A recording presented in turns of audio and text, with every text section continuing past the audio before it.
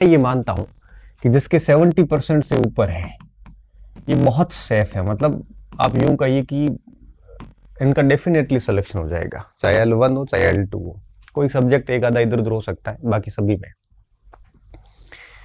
जिसके 65 से 60 से 65 70 मतलब ऐसे कह सकते हैं 65 से 70 के बीच में है, 65% से प्लस है, ये सारे बहुत अच्छी स्थिति में है, ये खराब स्थिति में नहीं है, है ना।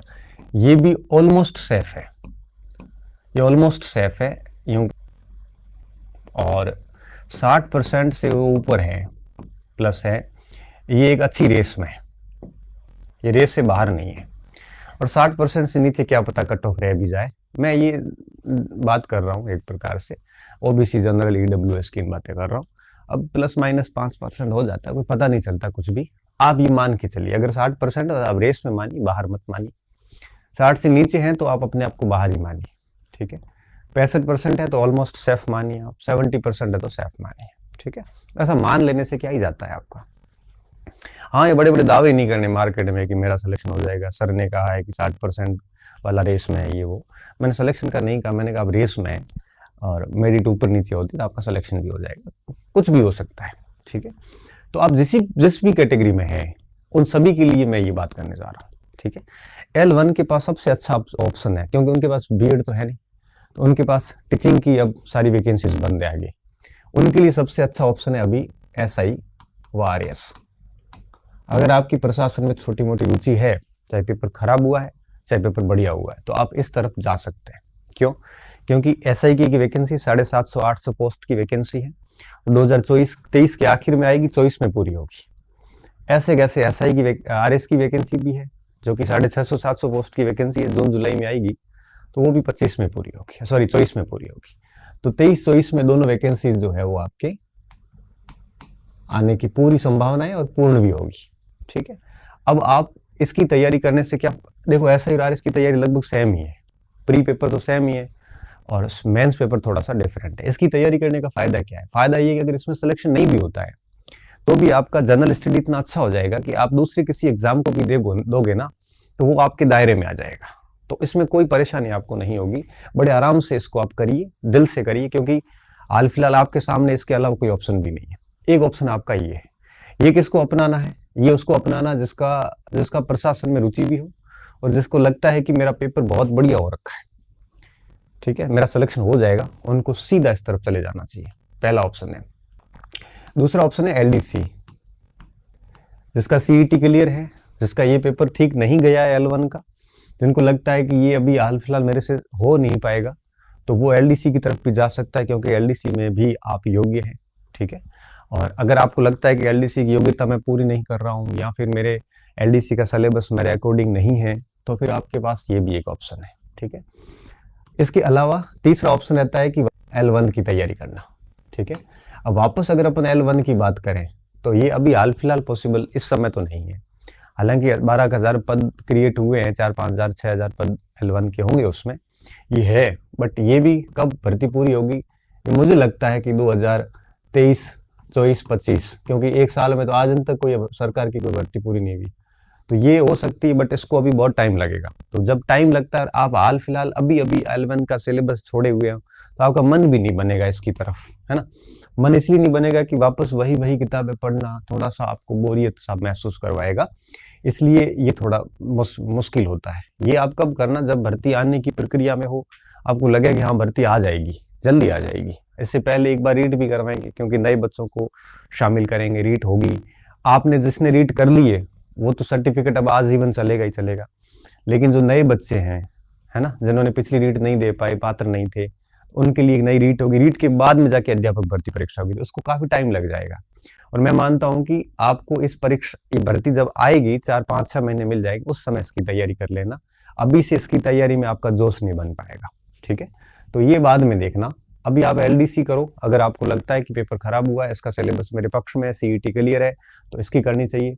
अगर आपका पेपर बहुत अच्छा हो रखा है वगैरह, तो आप है वो SIRS की तरफ जाइए। देखो विकल्प आपकी है, हम आपको सिर्फ विकल्प बता रहे हैं, चयन आपको करना आपकी क्षमता के अनुसार, क्योंकि हर व्यक्ति की अपनी अलग क्षमताएं होती है। सीजन पे बड़ा क्लियर रहता हूँ, मेरा माइंड हमेशा क्लियर रहा है। मैं कभी भी उलझता नहीं हूँ, और मुझे क्या डिसीजन लेना मैं परीक्षा के ठीक बाद ले लेता था, और कभी भी मैं ऐसे डिसीजन में भ्रमित नहीं होता था। 2-3 दिन तक समीक्षाएं करने के बाद में मैं एक निष्कर्ष पर पहुंच जाता था कि मुझे क्या करना है, और फिर उसके पीछे लग जाता था। ये मेरा हमेशा से निर्णय क्षमता बहुत अच्छी रही है। बस उसी अनुरूप मैं आपसे कह रहा हूँ कि अपना डिसीजन लीजिए और उस पे ऊपर काम करना शुरू कर दीजिए। अगर अभी आपका पेपर फेल हुआ है या फिर कमजोर हुआ है, तो आप ये मत समझिए कि मेरे से आगे भी पास नहीं होगा, क्योंकि पहली पहली गलतियां होती हैं, और अगर वो दोबारा जब पेपर देने जाते हो मैच्योरिटी आ जाती है, फिर आप ठीक कर लेते हो, चीज़ों को ठीक कर लेते हो। एक बार धक्का लगने के बाद चीज़ें अपने आप ठीक होनी शुरू हो जाती है, आप उसको बढ़िया से हैंडल कर लेते हो। अब मैं L2 की बात करूँ, इनके पास कई सारे ऑप्शन है। L2 के अंदर क्या क्या ऑप्शन है, ठीक है। अब कुछ लोग बच्चे ऐसे हैं जिसके पास में MA की हुई है, MA MSc किया हुआ है ना, या MCOM जो भी है। तो अब किसी ने अगर MA MSc किया हुआ है, तो इनके पास में सबसे बढ़िया विकल्प है फर्स्ट ग्रेड का। कौन सा? इनके पास फर्स्ट ग्रेड का बहुत बढ़िया विकल्प है, क्योंकि फर्स्ट ग्रेड की भर्ती जो है वो बिल्कुल पाइपलाइन में है, और आप मान के चलिए 6-7 हज़ार पदों की भर्ती फर्स्ट ग्रेड की 2023-24 में आपको देखने को मिलेगी। 23 में भर्ती लास्ट में आ जाएगी, तो 24 में पूरी हो जाएगी। अभी से तैयारी करोगे तभी आप अपना जो सब्जेक्ट है वो 1 साल में बहुत बढ़िया तरीके से अच्छे से कर सकते हो। तो इसको बिना कोई देरी किए हुए, L1 के साथ भी यही सिस्टम है, मैं सभी का यही कह रहा हूँ। 70-65 ये संपूर्ण अध्यापक भर्ती की मैं बात कर रहा हूँ, मैं इसमें किसी L1 या 2 की बात नहीं कर रहा हूँ। अगर आप इस क्राइटेरिया में हैं, अगर आपका L2 बहुत बढ़िया गया है तो आप कर लीजिए, नहीं गया तो भी कर लीजिए, क्या पता आपका इसमें ना हो और इसमें हो जाएगा। ऐसे कई सारे एग्जाम्पल है मेरे स्टूडेंट के, जहाँ रीट में उनका नहीं हुआ था और वो लेक्चरर बन गए। कई सारे ऐसे एग्जाम्पल है मेरे पास। तो आप जिसके पास में MA MSc है, नहीं भी है, अपीयरिंग भी चल जाएगा। अगर आप कह रहे हो सर मेरे तो यूं कहिए कि मैं अपीयर हूँ, मेरे पास है नहीं, मैं भी MA फाइनल ईयर में हूँ या फर्स्ट ईयर में हूँ, तो भी आप करिए, क्योंकि आप एलिजिबल हो सकते हैं। क्योंकि राजस्थान सरकार में भर्तियां लेट भी होती है, और वैसे भी आपको पता है कि परीक्षा तक आपको डिग्री चाहिए होती है। तो परीक्षा तक डिग्री का मतलब क्या हुआ? परीक्षा होगी उस दिन आपको रिजल्ट आ जाना चाहिए। तो वो कब होता है? वो तो सरकार की स्फूर्ति पे काम करता है, लेट लतीफी भी हो जाती है।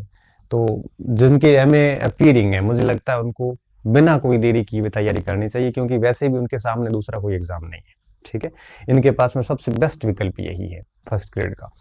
इसके अलावा इनके पास में अगर कोई MA नहीं है और फॉर्म भी MA का भरा हुआ नहीं है और इच्छा भी नहीं है MA की फर्स्ट ग्रेड की तरफ, तो उनके पास में ग्रेड 2 का ऑप्शन अच्छा है ना। जैसे हम सीनियर टीचर कह सकते हैं। अब सीनियर टीचर का ऑप्शन आपके पास अच्छा है, लेकिन सीनियर टीचर की हाल फिलहाल अभी कोई वैकेंसी नजर नहीं आ रही है। हालांकि ये भी प्रस्तावित है, क्योंकि जितने प्रमोशन हो जाएंगे सीनियर टीचर की पोस्ट खाली हो जाएगी। 2025 अभी भी क्रिएट हुई है, ये भी आएगी। लेकिन अभी हाल फिलहाल जो है, अगर आपका MA नहीं है आपके पास में और आगे करने का भी मन नहीं है, तो सीनियर टीचर भी आपके पास में एक अच्छा ऑप्शन है, ठीक है। और इसके अलावा आपके पास में तीसरा एक ऑप्शन और भी है, असिस्टेंट प्रोफेसर और नेट वगैरह, ठीक है। मेरा ये मानना है कि जो भी स्टूडेंट फर्स्ट ग्रेड की ठीक तैयारी करेगा, उसका नेट अपने आप हो जाता है। लगभग हमारे आर्ट्स में तो यही है कि जिसने हिस्ट्री ठीक से पढ़ ली उसका नेट भी हो जाता है। आप असिस्टेंट प्रोफेसर की अगर ठीक से तैयारी करते हैं, क्योंकि ये भर्ती तो अभी आ जाएगी अप्रैल के आसपास, है ना, लेट भी होगी। तो अगर आप असिस्टेंट प्रोफेसर की ठीक से तैयारी करते हैं, तो फिर आपका फर्स्ट ग्रेड भी हो जाएगा और नेट की तैयारी भी हो जाती है, इसमें भी हो जाता है। तो अगर कोई अच्छे बच्चे हैं जिनको लगता है कि हम कर लेंगे, तो मैं तो कहता हूँ उसको सीधा असिस्टेंट प्रोफेसर की तैयारी शुरू करनी चाहिए। इससे क्या होगा, इससे इसका ये भी क्लियर हो जाएगा, ये भी हो जाएगा, और क्या पता ये भी हो जाए, है ना। अगर ये नहीं भी हुआ तो कम से कम ये दोनों तो इसकी तैयारी नहीं कर लेंगे। तो असिस्टेंट प्रोफेसर की वैकेंसी आने वाली है, आप इसकी तैयारी कर सकते हैं। इसकी योग्यता भी ये है कि जब इंटरव्यू होगा, इसका इंटरव्यू के बाद में, सॉरी, इंटरव्यू के पहले दिन आपको नेट और MA चाहिए। तो मैं मानता हूँ कि आज से अगर आप तैयारी करते हैं, तो इंटरव्यू तो डेफिनेटली 2024 से पहले तो होंगे नहीं, 24 तक आपका MA भी हो जाएगा, और बीच में 3-4 नेट मिल रही है, बड़े आराम से नेट भी कर लोगे अगर आप सब्जेक्ट तैयार रखोगे। एक ये बढ़िया ऑप्शन है आपके पास में, है ना, असिस्टेंट प्रोफेसर नेट वाला ऑप्शन आपके पास में बढ़िया है। इसके अलावा आपके पास में भी SIRS का ऑप्शन है ना। अगर आपके पास में आपको प्रशासन में जाना है, शिक्षा में नहीं जाना है, तो ये ऑप्शन भी आपके पास में बेस्ट ऑप्शन है। ये देखो, ये सारे मैं विकल्प बता रहा हूँ, ये आपको निर्णय आपको खुद को लेना है, क्योंकि कईयों की रुचि होती है प्रशासन में, तो वो ये सब्जेक्ट ऑब्जेक्ट की, क्योंकि कईयों के एम ए गलत सब्जेक्ट में हो रखी है, उनके मन से नहीं भी किसी और ने करवा दी है, तो वो फिर इस पे मन नहीं लगेगा, फिर वो ये ऐसा ही आरएस कर सकता है ना। तो इस प्रकार से आप किसी एक को चुन लीजिए, चाहे ऐसा ही करो, आरएस करो, चाहे इसका करो। हाँ, ये है कि साथ सभी एक साथ नहीं होगी, ये तीनों एक साथ हो सकती है, first grade net assistant professor एक साथ हो सकती है, ऐसा ही आरएस एक साथ हो सकती है, ग्रेड एक अलग हो सकती है। देखो, अगर आप ये देखोगे तीनों अलग अलग है, एक एक पोर्शन ये, एक ये और एक ये तीन विकल्प आपके पास में। अब बात आती है एलडीसी वगैरह की, L2 की बच्चे जिनके पेपर अच्छे हुए, उनको मुझे नहीं, मेरा मन कहता है उनको एलडीसी की तरफ नहीं